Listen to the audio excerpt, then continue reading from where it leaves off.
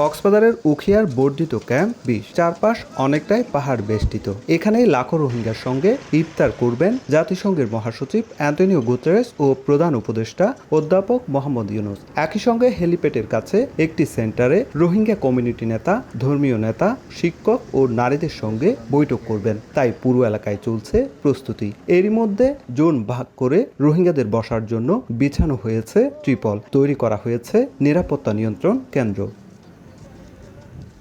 জাতিসংঘের মহাসচিব পরিদর্শন করবেন ১৮ নম্বর ক্যাম্পের লার্নিং সেন্টার, রোহিঙ্গা সাংস্কৃতিক স্মৃতিকেন্দ্র ও আন্তর্জাতিক সংস্থাগুলোর সেবা এবং ত্রাণ বিতরণ কেন্দ্র। তাই এসব স্থানে যাতায়াতের রাস্তাগুলো করা হয়েছে মেরামত, বসানো হয়েছে নতুন ইট। একই সঙ্গে নতুন করে সেজেছে পরিদর্শনের স্থানগুলো। আর জাতিসংঘের মহাসচিব ও প্রধান উপদেষ্টা অধ্যাপক মোহাম্মদ ইউনুসের আশ্রয় শিবিরে আগমনকে কেন্দ্র করে উচ্ছ্বসিত রোহিঙ্গারা।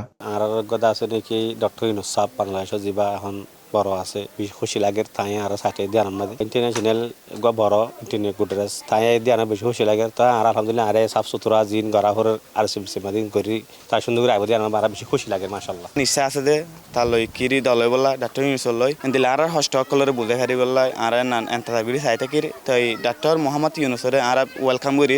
আশ্রয় শিবিরের কার্যক্রমগুলোর তত্ত্বাবধান করছে সেনাবাহিনী। তাদের সঙ্গে রয়েছে পুলিশ, এপিবিএন, জেলা প্রশাসন এবং শরণার্থী ত্রাণ ও প্রত্যাবাসন কমিশন। আর জাতিসংঘের মহাসচিব ও প্রধান উপদেষ্টার আগমনে কয়েক স্তরে নিরাপত্তা বলয় থাকবে বলে জানিয়েছে আইন শৃঙ্খলা বাহিনী।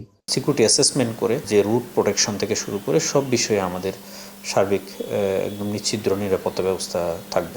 শরণার্থী ত্রাণ ও প্রত্যাবাসন কমিশনার জানালেন, আশ্রয় শিবিরের প্রধান উপদেষ্টা ও জাতিসংঘের মহাসচিবের সফর হবে ঐতিহাসিক। রোহিঙ্গাদের সাথে বিশ্ব সম্প্রদায় যে আছেন তাদের পাশে, বাংলাদেশ যে তাদের পাশে আছে প্রমাণিত হচ্ছে। রোহিঙ্গাদের নিজেদেরই অনুষ্ঠান এটি এবং রোহিঙ্গারা স্বতঃস্ফূর্তভাবে এখানে অংশগ্রহণ করবে। তাদের যে খাদ্য সহায়তার যে সংকট দেখা দিয়েছে সেই বিষয়েও তাকে ব্রিফ করা হবে।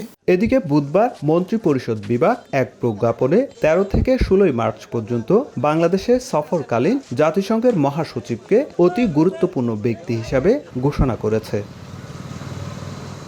সুজাউদ্দিন রুবেল, সময় সংবাদ, কক্সবাজার।